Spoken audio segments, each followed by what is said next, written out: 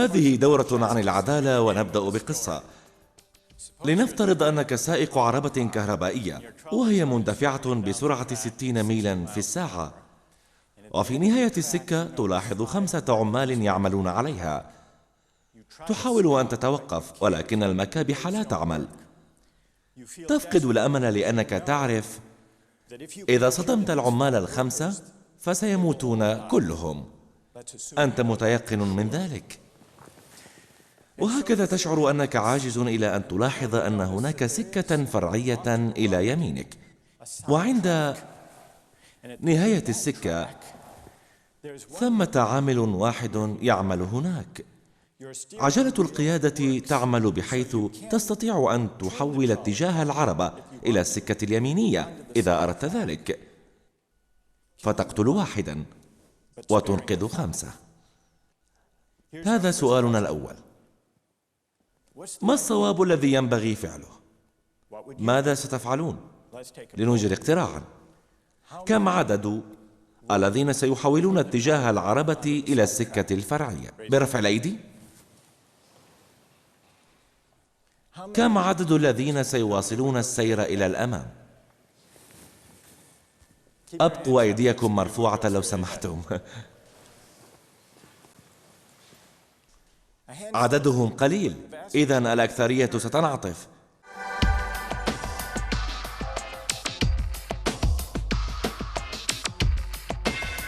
The main idea of the justice course is to enable students to think together and to reason together about big questions that inform contemporary public life. Questions of justice, questions of rights, and the common good. What does it mean to be a citizen? Now, in doing this, we read some and discuss some of the famous philosophers of the past, but we also discuss contemporary legal and political controversies that raise big philosophical questions. So the goal really is to enable the students and the viewers to think through for themselves the meaning of big questions like justice and rights and the common good.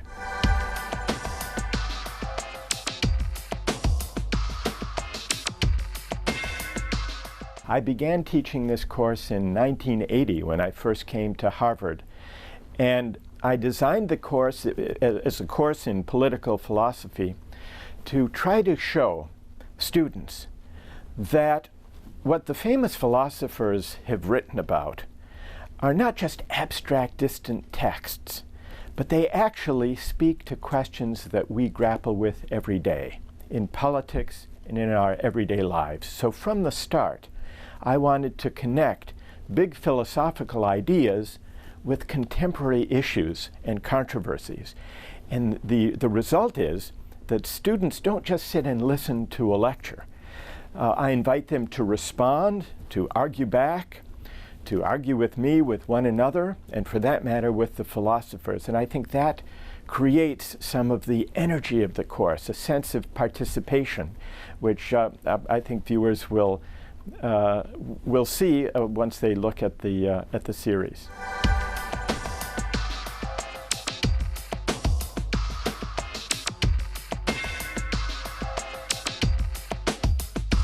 If there's a secret to the popularity of the course, I think it begins with the fact that we're dealing with big, important questions that everyone wants to be able to think about and figure out for themselves at some point during their lives.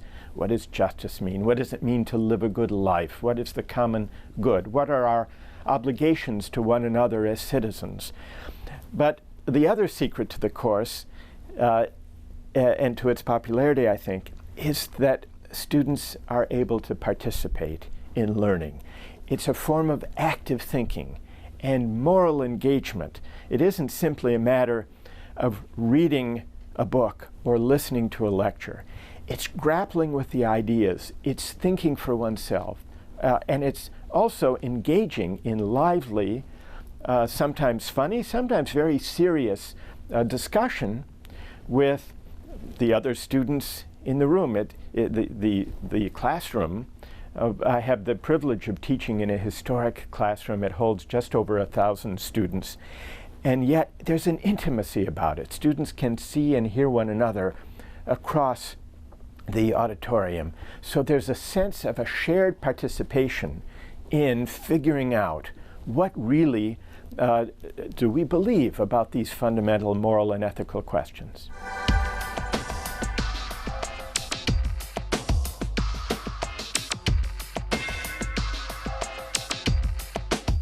Well, there are better and worse answers to any given argument in political philosophy, and this emerges through the course of the discussion. I think viewers will sense this. Now, my goal is not to have students leave the class agreeing with my view of justice or of political philosophy or of the good life.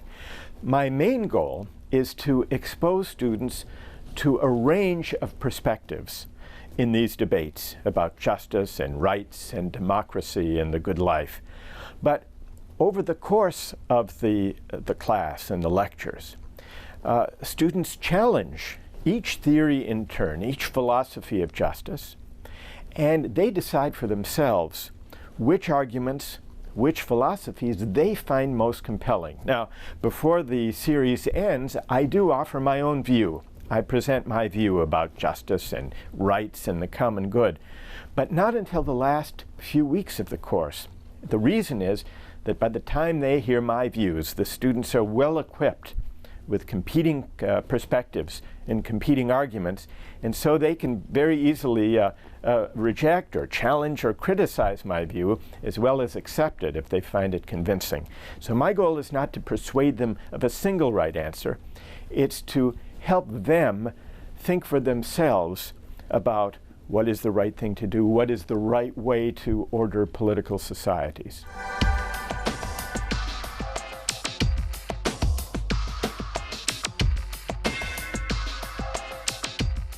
Well, there are always surprises, in part because it's not just me reading a lecture.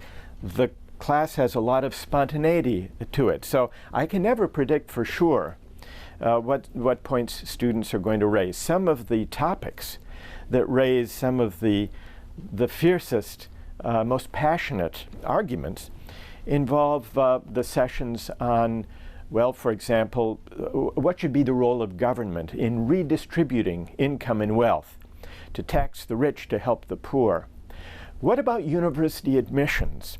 To what extent do Harvard students deserve the talents and the abilities that have led to their admission at an excellent university? To what extent is it their doing? To what extent is it their good fortune? And what does the answer to that question suggest for their obligations and to the question of what they have a responsibility to do with the learning that they achieve?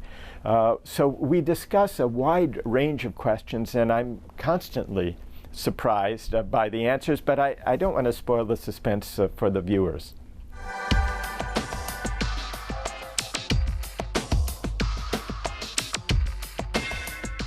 The world we live in falls far short of perfect justice, which is why, in order to figure out how to come closer to just societies, we need to deliberate together in public about the meaning of justice and rights and the common good and the meaning of citizenship. So no, I don't think that we do live in a just world. The challenge for politics and public life is to see if we can come closer, each in our own societies, in our own ways.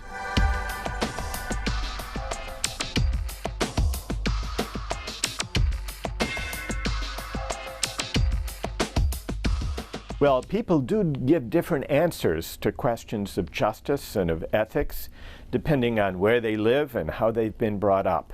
So do people disagree in ways that reflect different cultural backgrounds and national origins? Yes. But there's another harder philosophical question, which is, does that mean that all answers are equally right? Or are some answers better, more convincing on reflection than others? And one of the exciting things to me about this opportunity to open access to a Harvard classroom to the world is that now we have a chance to invite a global public discussion about these questions of justice and ethics and the right thing to do. And we will have an opportunity to find out to what extent people from different societies give different answers to the questions that my students and I debate in the Harvard classroom. So I don't think we can prejudge the outcome of this experiment, but I see it as an exciting experiment, not only in opening access to the classroom, but in seeing what we can learn from one another as we see people in different countries, different cultures, grappling with these big questions about justice and rights and democracy and the common good. So I'm actually looking forward to learning from the dialogue, I hope a global public dialogue, that gradually emerges in response to this series.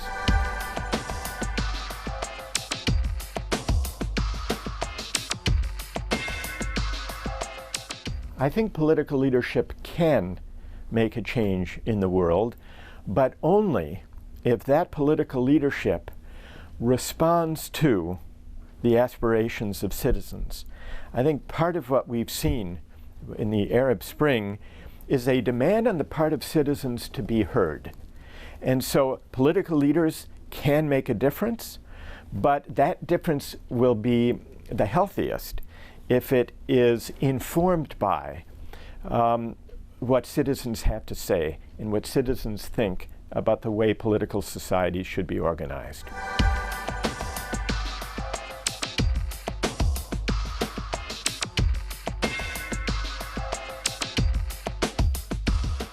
Well, I hope that the audience in the Middle East and North Africa will first of all enjoy the opportunity to discuss for themselves these hard moral and ethical questions, these questions about justice.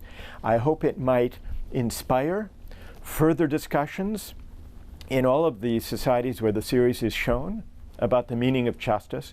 And finally, I hope that we here can learn from the response and from a dialogue that begins. The experiment in opening access to the Harvard classroom I see as a two-way learning experience. So I am very eager to hear what the response will be, what the dialogue will look like as we begin to build a global public dialogue on questions of justice.